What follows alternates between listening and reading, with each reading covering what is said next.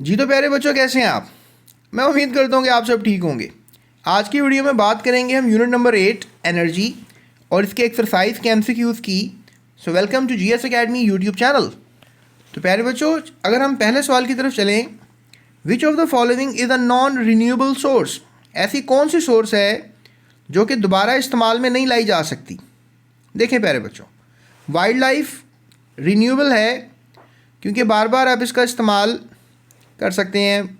जंगल में पौधे पैदा होते हैं, मरते हैं, फिर पैदा हो जाते हैं। जानवर होते हैं, मरते हैं, फिर पैदा हो जाते हैं, नस्ल ख़त्म ना हो। अगर पानी भी रिन्यूएबल सोर्स है, अगर एक जगह से ख़त्म होता है दूसरी जगह चला जाता है। लेट से दैट अगर लाहौर में से पानी ख़त्म हुआ तो वो गैस बनकर बादल बनेगा, बादल बनकर वो समंदर में बरसेगा और समंदर में वापस चला जाएगा, या समंदर से बादल बनकर दोबारा आएगा, लाहौर में आ जाएगा। हवा भी ऐसे ही होती है, रिन्यूएबल है। लेकिन नेचुरल गैस रिन्यूएबल नहीं है प्यारे बच्चों। नेचुरल गैस का फॉर्मूला CH4 है, और ये गैस अगर एक दफ़ा जल जाए तो ये कन्वर्ट हो जाती है ऑक्सीजन का इस्तेमाल करके कार्बन डाइऑक्साइड में, वाटर में और एनर्जी में, जिससे आपको हीट महसूस होती है। तो लिहाजा इन तीनों चीज़ों को दोबारा मीथेन गैस बनाना, नेचुरल गैस बनाना बड़ा मुश्किल काम है। तो लिहाजा ये एक नॉन रिन्यूएबल रिसोर्स है, रिन्यूएबल रिसोर्स है। So D option is the right answer for this question. तो ये मैंने गलती से सर्कल कर दिया, इसको आपने मेंशन नहीं करना। इसके अलावा एक आपको बात बताई जा रही है सेकंड MCQ में, Rida lit a match stick. Match stick को लिट करने का मतलब है कि जलाई जाती है। That forms energy did she use? What form of energy did she use? देखो प्यारे बच्चों, मैच स्टिक के ऊपर हमेशा आपको नज़र आता है कि कुछ ये केमिकल होता है। अगर लेट्स से दैट अगर मैं इसको जलाऊं, जैसे कि आपके सामने अब जलती हुई नज़र आ रही है, तो क्या हुआ कि कुछ केमिकल जल गया। अब ये जो केमिकल जला है प्यारे बच्चों, ये केमिकल रिएक्शन हुआ था जिस वजह से एनर्जी पैदा हुई। मैं कैमरे के करीब नहीं ला सका इसको क्योंकि मेरा कैमरा ख़राब हो सकता था, इसलिए मैंने नीचे रख कर इस मैच स्टिक को जलाया बड़े एहतियात से, ताकि मैं आपको एक्सपेरिमेंट भी करके दिखा सकूं। तो लिहाजा Rida lit a match stick, what form of energy did she use? तो उसने केमिकल एनर्जी का इस्तेमाल किया, याद रखिएगा। Kamran is sitting motionless on a chair. Kamran एक कुर्सी पर बैठा हुआ है, हिल नहीं रहा। हिज कैनेटिक एनर्जी इज़, अगर वो हिल नहीं रहा, अभी मूविंग बॉडी नहीं है, तो उसकी कैनेटिक एनर्जी क्या होगी? तो प्यारे बच्चों, जब बॉडी मूव नहीं कर रही होती तो आप दो बातें सोच सकते हैं, या तो काइनेटिक एनर्जी ज़ीरो है या तो काइनेटिक एनर्जी मिनिमम है। तो याद रखिएगा, कभी भी काइनेटिक एनर्जी ज़ीरो नहीं होती, हमेशा वो अपनी मिनिमम फॉर्म में चली जाती है। तो लिहाजा the answer is minimum, B option.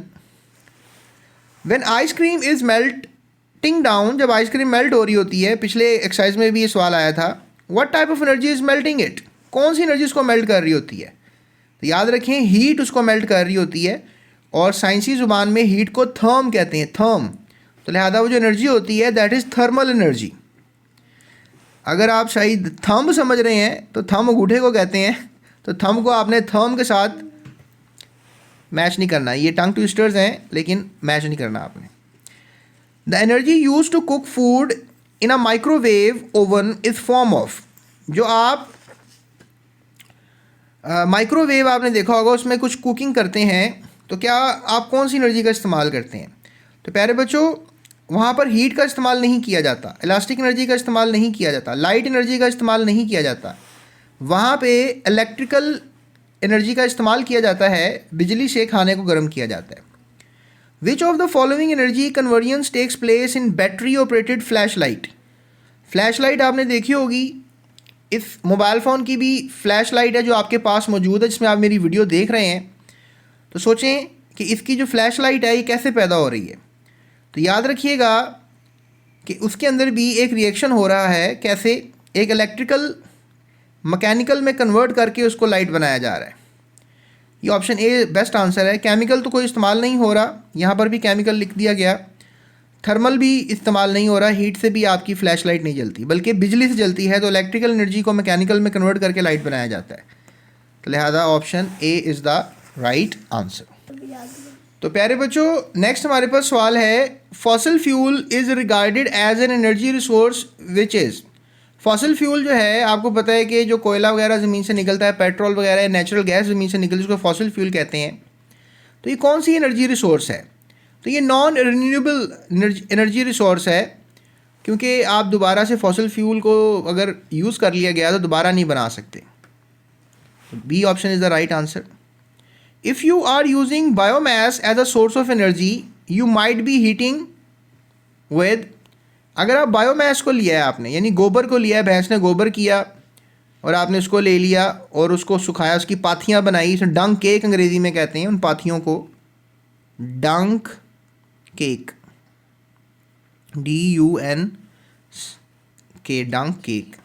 तो डंक केक का आपने सुखाया, पाथी बनाई, उसको जलाया, that is called the biomass energy. तो आप किसके साथ डील कर रहे हैं? If you are using biomass as a source of energy, you might be heating with coal, natural gas, petroleum, wood. तो प्यारे बच्चों, ये जो लकड़ी भी जलाते हैं तो ये भी बायोमास कैटेगरी में आएगी। तो फ़िलहाल याद रखो, फॉसिल फ्यूल को आपने बायोमास में नहीं लेना, वो फॉसिल फ्यूल की कैटेगरी में ले जाएं उसको आप। बायोमास में आपने ज़िंदा चीज़ों का रखना। भैंस एक ज़िंदा है, वो गोबर उसका डेफिनेटली पैदा हुआ, तो वो एक क्विक मेथड है और लकड़ी भी जल्दी से पैदा हो जाती है, और वहाँ से आप, तो बायोमास आपने वुड को लेना है। D option is the right option. Of the following choices which is the best describes and defines electrical energy? Moving charges, moving water, electrical meter या लाइट सोर्स? तो मूविंग चार्जेस, मूविंग चार्ज का मतलब है moving electrons, तो बिजली हमेशा moving electrons होते हैं, तो यही बेस्ट ऑप्शन है। Which of the following has nothing to do with hydropower? इनमें से हाइड्रो पावर के साथ किसका ताल्लुक ही नहीं है? Burning, gravity, sun and water cycle. प्यारे बच्चों, ग्रेविटी का तो हाइड्रो पावर के साथ ताल्लुक है, सन का भी है, क्योंकि डेफिनेटली सन हीट निकालेगा तो पानी पहाड़ों पर बादलों की शक्ल में जाएगा, बरसेगा और फिर डैम भरेंगे, तो सन इन्वॉल्व है। वाटर साइकिल भी चाहिए, क्योंकि बारिशें होंगी तो डैम्स पानी से भरते हैं। बर्निंग का फ़िलहाल कोई ताल्लुक नहीं है हाइड्रो पावर से, क्योंकि जलने का अमल जो है उसका कोई ताल्लुक ऐसा हाइड्रो पावर से नहीं है। नो डाउट जलने के अमल से पानी पैदा होता है, पानी को गैस भी बनाया जा सकता है, लेकिन शायद ये एक मेथड नहीं है जो कि हाइड्रो पावर बनाए या डैम बनाए, तो लिहाजा इसको ऑप्शन में नहीं लिया जाएगा। बर्निंग ही राइट आंसर होगा। अगला सवाल ट्रू फॉल्स का है। हमने करेक्ट स्टेटमेंट दोबारा लिखनी होगी अगर गलत हुई तो। Moving car is an example of potential energy. Definitely moving car जो है किसी पोजीशन पे नहीं है, वो मूव कर रही है, वो आपको पता है कि हिल रही है। जो मूविंग बॉडीज़ होती हैं उनमें पोटेंशियल एनर्जी नहीं होती, याद रखिएगा। मूविंग बॉडीज़ के अंदर हमेशा कौन सी एनर्जी होती है? Kinetic energy. तो पहले आपको बात को समझने की ज़रूरत है।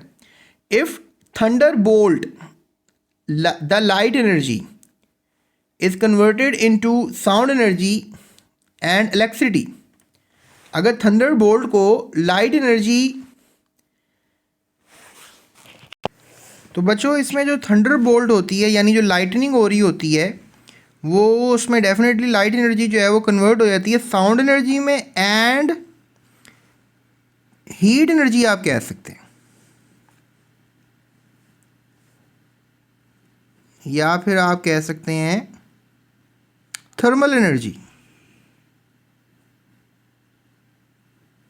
ठीक है, आई होप आपको नज़र आ रहा होगा। We get energy from petrol to move a car, ये बिल्कुल ठीक स्टेटमेंट है, लिहाजा ये तो फॉल्स थी, ये भी फॉल्स थी, ट्रू मैंने कर दी है, और ये ट्रू है प्यारे बच्चों, पेट्रोल से गाड़ी चलती है। Coal is renewable energy resource, तो प्यारे बच्चों ये गलत बात है, क्योंकि ये नॉन रीन्यूएबल है, तो लिहाजा इसको काट कर नीचे लिखेंगे नॉन रीन्यूएबल। ये भी स्टेटमेंट क्या हो गई? फॉल्स। उसके बाद पांचवा सवाल है, a loose spring possesses elastic potential energy. एक जो लूज स्प्रिंग होता है उसमें इलास्टिक पोटेंशियल एनर्जी होती है, इसमें कोई शक नहीं है, लेकिन द पॉइंट इज़ कि क्या इलास्टिक पोटेंशियल एनर्जी लफ्ज़ ठीक है, तो आप यहाँ यूज़ कर सकते हैं लूज स्प्रिंग के अंदर जो है इलास्टिक काइनेटिक एनर्जी जो है वो होगी या पोटेंशियल एनर्जी होगी। तो इस स्टेटमेंट को भी आप ट्रू ले लें, क्योंकि लूज स्प्रिंग के ऊपर इलास्टिक पोटेंशियल एनर्जी जो है वो होती है, लेकिन इतनी ज़्यादा नहीं होगी, लेकिन it contain some kind of. तो लिहाजा शॉर्ट क्वेश्चन आंसर और लॉन्ग क्वेश्चन आंसर भी मैं आपको करवा देता हूँ। सो चलते हैं अपनी नेक्स्ट वीडियो की तरफ। शॉर्ट क्वेश्चन आंसर तो लॉन्ग क्वेश्चन जो आपको भी इस वक्त थंबनेल नज़र आ रहे होंगे, इसके अलावा आपको आई बटन नज़र आ रहे होंगे जो वीडियो के मिड में आपको नज़र आए हैं। इसके अलावा आप डिस्क्रिप्शन में जो है वो लिंक होगा उसको फॉलो कर सकते हैं, ताकि आप नेक्स्ट वीडियोस तक पहुँचें, क्योंकि मैंने पूरी बुक की जो है वीडियो सीक्वेंस में बना रखी हैं। So that's it, thank you so much. अपना ख्याल रखिएगा इस चैनल का भी। अभी तक के लिए इतना ही। अल्लाह हाफ़िज़।